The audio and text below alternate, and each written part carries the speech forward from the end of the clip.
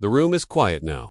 Not the kind of quiet that waits for applause, but the kind that comes after a lifetime of holding something back. At 83, Barbra Streisand sits with the weight of decades behind her, and for the first time, she decides to say his name out loud. Robert Redford. Two icons. One unfinished story. And a silence that lasted longer than most careers. Back in the late 1960s, Hollywood was a different place. Cigarette smoke hung in casting rooms. Power whispered instead of shouted. Barbra was young, brilliant, already labeled difficult for knowing exactly who she was. Robert was golden, quiet, the kind of man cameras loved, even when he said nothing.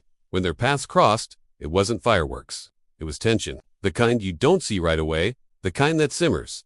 They were supposed to be magic together. On paper, it worked. The studio believed it. The audience believed it. But behind the scenes, something was off. Barbra remembers walking onto set, feeling the eyes, feeling the expectations, and feeling strangely alone. She had fought her whole life to be heard. And suddenly she was standing across from a man who didn't have to fight at all. She says now that it wasn't about romance. Not really. It was about presence, about energy, about what happens when two people carry very different kinds of power into the same room. Robert didn't push. He didn't demand. He listened. Or maybe, from her side, it felt like he didn't listen enough. The space between them filled with assumptions. No one ever spoke out loud. There is a scene she remembers, clearly. Late afternoon, the lights are hot. Everyone's tired. She offers a suggestion. Small, thoughtful, meant to make the moment truer. The room goes still. Robert pauses. He doesn't argue. He just smiles. Polite, distant. The director moves on. And in that moment, Barbra feels something close in her chest. Not anger. Something colder. Invisibility. For years, fans asked the same question. What really happened between them? Were they friends? Rivals? Something more. She always deflected. A laugh here. A change of subject there. Hollywood trained her well. You don't survive by telling the whole truth. But time changes the rules. At 83, Barbra admits she misunderstood him. Or maybe, she says softly, she misunderstood herself. She was fighting a world that kept trying to shrink her, and he became a symbol of that world. Not because he deserved it, but because he stood in the right place at the wrong time. She talks about watching his career from afar, the way he chose quieter roles, the way he disappeared from the spotlight when he could have owned it forever. She wonders if she mistook his silence for indifference. If his calm felt threatening because she had learned that calm was a luxury she was never given. There's an ache in her voice when she asks the question she never asked back then. What if they had talked? What if she had said, "Do you see me?"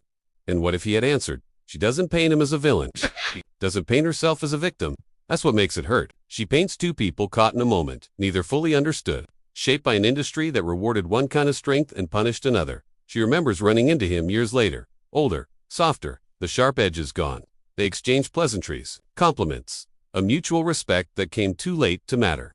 Or maybe, she wonders, it mattered more than she realized. Maybe closure doesn't need a grand speech. Maybe it just needs acknowledgement. As she speaks now, there's no bitterness, only reflection.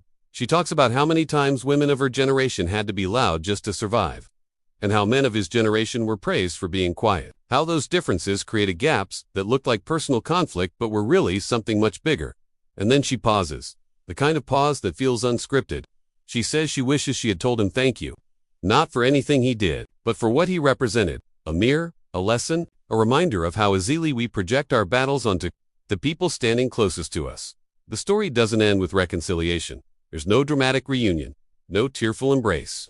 Just an older woman finally laying down a story she's carried for more than half a century. And in doing so, she gives it to us. Because how many of us are still holding on to a version of someone that isn't real? How many misunderstandings have we let harden into history? And if time gave us one more chance to speak, would we say, what actually mattered? At 83, Barbra Streisand isn't rewriting the past. She's illuminating it. And maybe that's the bravest thing of all.